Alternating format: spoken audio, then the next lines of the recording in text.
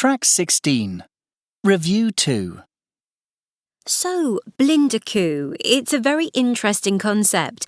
Can you just tell me how it came about? Yes, it was a project that was set up by 4 people who were working as guides at a design exhibition in Zurich in 1998 called Dialogue in the Dark. They themselves were visually impaired. The point of the exhibition was to let fully sighted people understand the experience of being blind. So, visitors were given canes and were then guided through a series of everyday scenarios. A public park, a busy street, a food market. The 4 guides wanted to take this idea further, so they set up a charitable foundation called the Blind Leich, or Blind Light Foundation. And the restaurant idea came out of that. And what exactly are the benefits for customers and employees? Well, for employees, that's clear. They get to work in an environment which is usually not open to them. Actually, that they get to work at all is an important step. About 70% of people of working age in Europe who have a severe sight impairment are unemployed. For the customers, the benefits are interesting. Generally, when you go and eat in a restaurant or listen to a band play as you eat, you're taking in a lot with your eyes as well as with your taste buds and ears.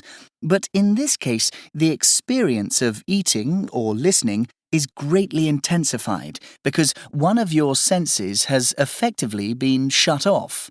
This not only changes your experience, it also makes you aware of what it's like to have impaired vision. And do some people feel uncomfortable with that? The fear that they might spill something or eat something they don't like? I think a lot of people feel very uneasy and even a bit scared at first, but they generally relax into it. After all, they know it's only temporary, and that's the comment I hear most often. What must it be like to be in the dark all the time? So how does it work practically? Can you just take me through what happens when you arrive at the restaurant? Yes. You're met by a waiter or waitress who guides you into the darkened restaurant area. You put your hand on their shoulder. When you're seated, they explain what's on the menu and take your order. Then you sit there and eat as you would normally. Actually, you eat much more slowly than you would normally, and you probably end up talking to your fellow guests much more than you would normally because there's no visual distraction. It's actually quite an eye-opener, if you'll forgive the expression. No, I can see that. It sounds amazing.